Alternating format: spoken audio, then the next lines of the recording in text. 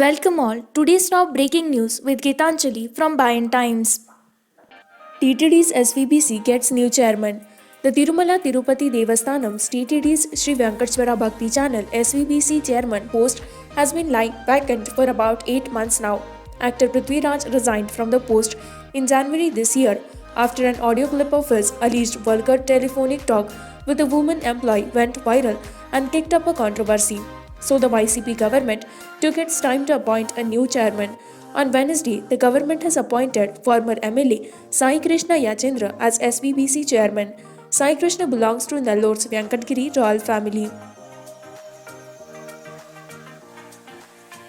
Andhra Pradesh YSRCP boycotts SEC meeting.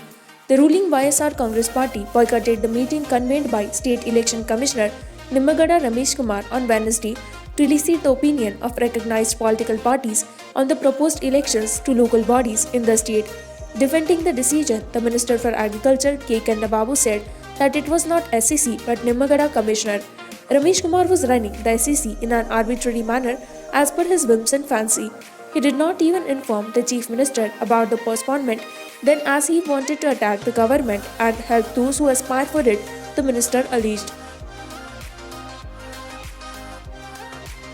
Andhra Pradesh reports less than 3,000 fresh COVID-19 cases, tally rises to 8.14 lakh. Another 2,949 cases were added to Andhra Pradesh COVID-19 tally on Wednesday, making the cumulative 8,14,774.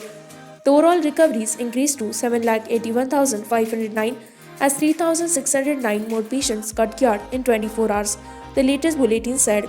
Also, 18 more coronavirus patients succumbed, taking the overall toll to 6,643.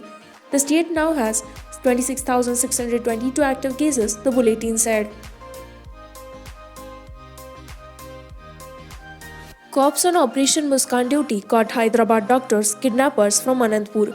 Andhra Pradesh Police on Wednesday launched Operation Muskan, a special drive to identify and rescue child labor and rehabilitate them.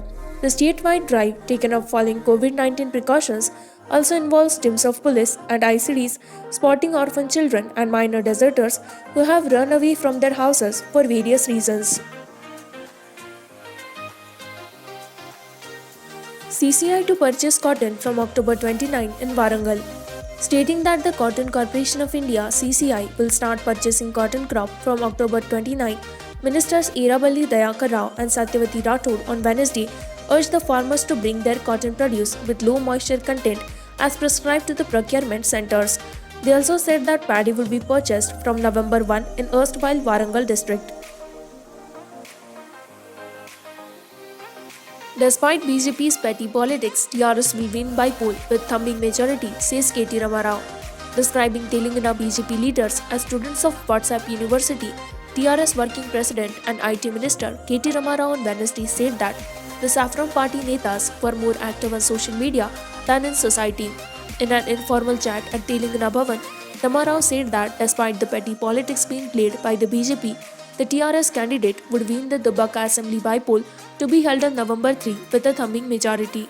In the general elections, the TRS candidate secured a majority of over 62,000 votes. This time, the TRS will improve its majority considerably. The TRS will retain the seat. The BJP and Congress candidates would not even retain their deposits, Ramarao said. Telangana state waives off Rs 27,712 crore crop loans. Telangana government has waived off crop loans amounting to Rs 27,718 crore, the highest by any state since the formation of the state. Added to this, the state government has spent another Rs 28,000 crore under Raitu Bandhu benefiting farmers directly since the launch of the novel scheme. IT and Industries Minister and TRS Working President K.T. Ramarao said, while the opposition parties continue to accuse the state government on loan waiver implementation for political mileage, the Reserve Bank of India (RBI) in its report clearly stated that Telangana state government had waived off the highest number of crop loans in the country.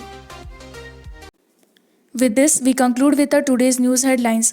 For more such latest news and updates, like, share and subscribe Bayan Times.